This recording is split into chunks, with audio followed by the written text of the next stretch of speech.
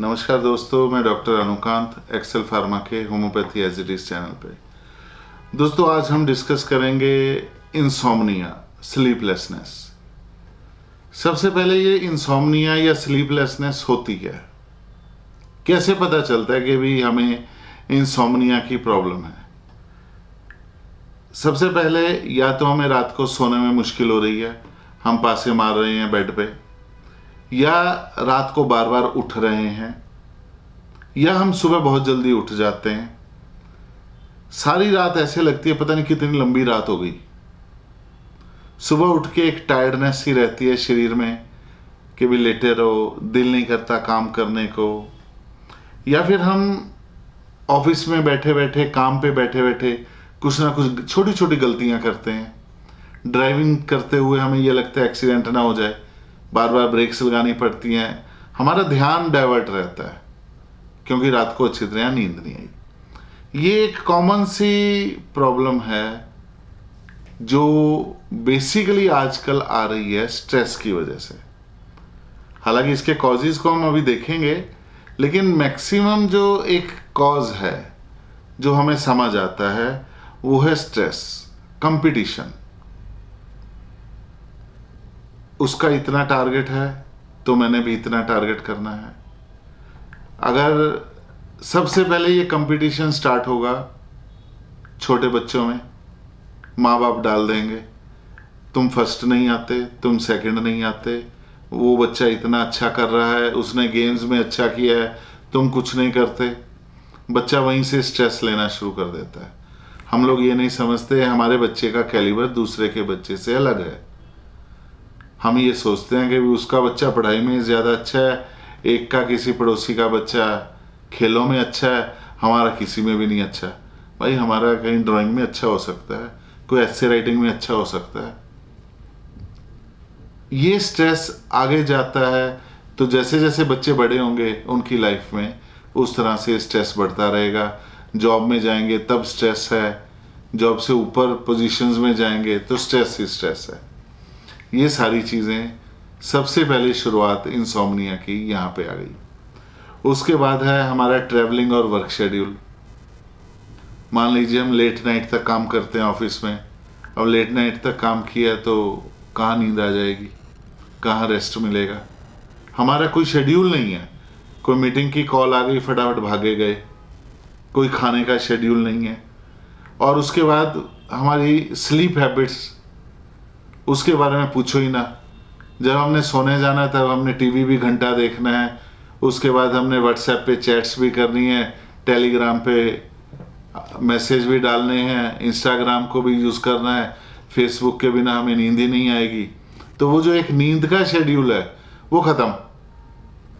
हम social media में इतने गुम रहते हैं कि हम ये भूल ही जाते हैं कि भी हमने सोना भी है। आप 10 बजे बेड पे जाओगे तो 12-1 बजे तक सोशल मीडिया पे ही लगे रहोगे। उसके बाद आ जाता है इवनिंग में लेट खाना। जितना हम लेट खाना खाएंगे उतना वो डाइजेशन में प्रॉब्लम आएगी, और अगर हम सो भी जाएंगे तो वो बब्स आके या फिर कोई ना कोई पेट में गैस, एसिडिटी की प्रॉब्लम आके हमें जगाती रहेगी। और अगर हम लें कुछ मेंटल हेल्थ प्रॉब्लम्स होती हैं किसी की मेडिकेशंस ऐसी हैं कि भी नींद कम आती है। तो मेडिकल कंडीशंस ऐसी होती हैं लोगों की, जैसे पार्किंसंस है, अल्जाइमर्स है, जिसमें नींद कम हो जाती है। या स्लीप से रिलेटेड डिसऑर्डर्स हैं, जैसे कई लोगों को जब रात को सोते हैं लेग्स में रेस्टलेसनेस वगैरह रहती है, तो उस वजह से नींद नहीं आती। और या फिर कुछ लोगों की आदत है रात को सोते हुए चाय पियेंगे, कॉफ़ी पियेंगे, या जब तक 2 पैग नहीं लगा लिए तो बेड पे ही नहीं जाएंगे। ये सारी चीज़ें जो हैं ये हमें स्लीपलेसनेस या इंसोम्निया की तरफ धक्का मारती हैं। एज रिलेटेड प्रॉब्लम्स भी रहती हैं, ओल्ड एज में नींद कम आती है, लेकिन घूम फिर के फिर वही ये 5-7 चीज़ें, stress, eating habits improper, sleep habits खराब, और मोर सोशल मीडिया, यहीं पे हमारा इंसोम्निया घूमता है। अब इसमें एक चीज छूट गई, वो ये है कि भी नॉर्मल स्लीप का टाइम क्या होना चाहिए। Normal sleep times age to age differ करते हैं, पर एक अडल्ट के लिए मिनिमम 7 to 8 आवर्स की साउंड स्लीप बहुत ज़रूरी है।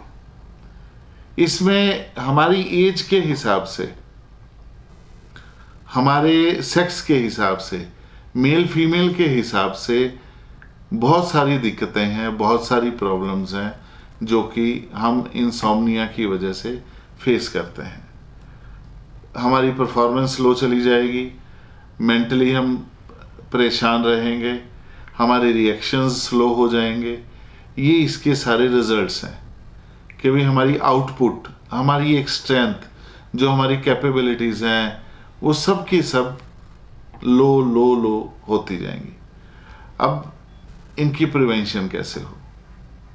प्रिवेंशन का मतलब जो कॉजेज़ हैं, जो मैंने आपको अभी इन्यूमरेट करवाए हैं, उनको ख़त्म करना है।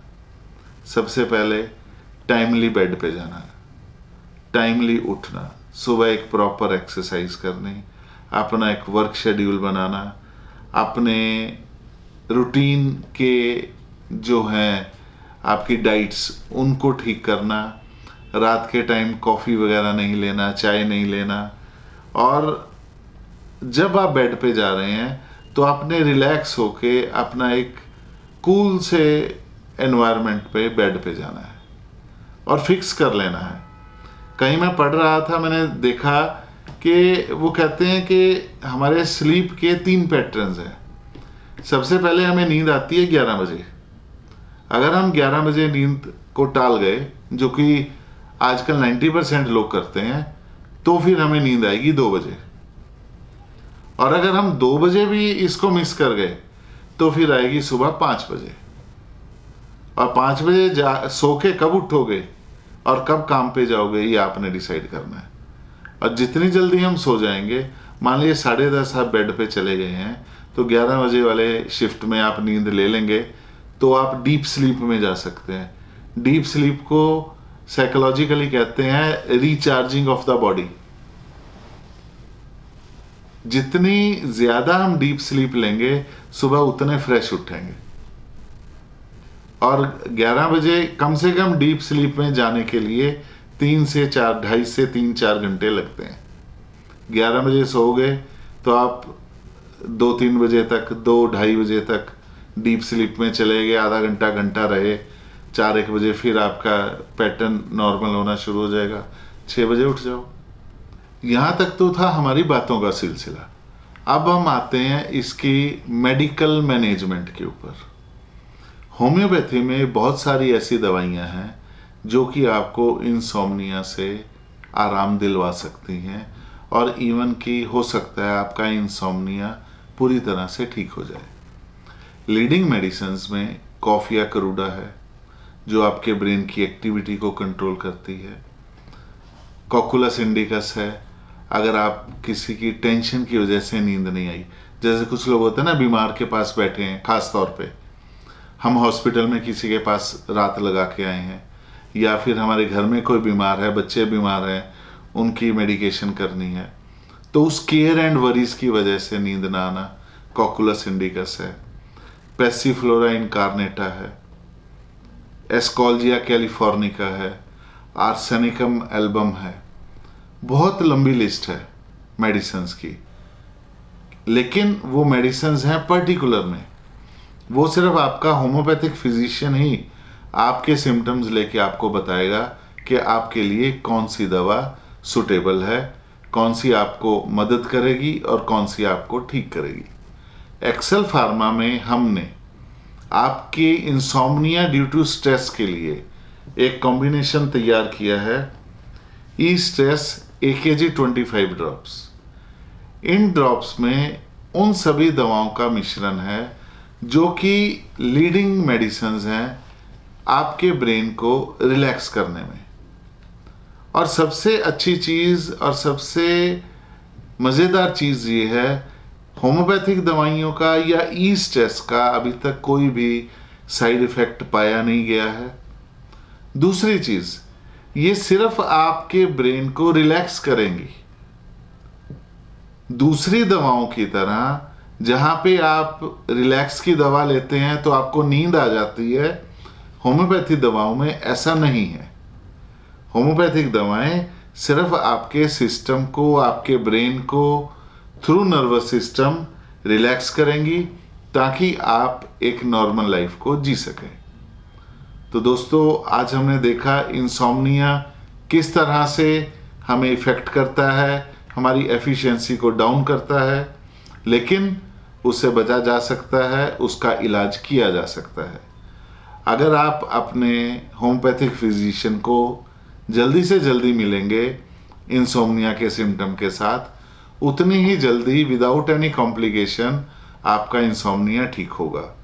इसके इलाज के लिए आप हमारे ऑनलाइन और ऑफलाइन क्लिनिक्स में भी कांटेक्ट कर सकते हैं ताकि हम आपकी और आपके प्रियजनों की इंसोम्निया से राहत दिलवा सकें और मदद कर सकें।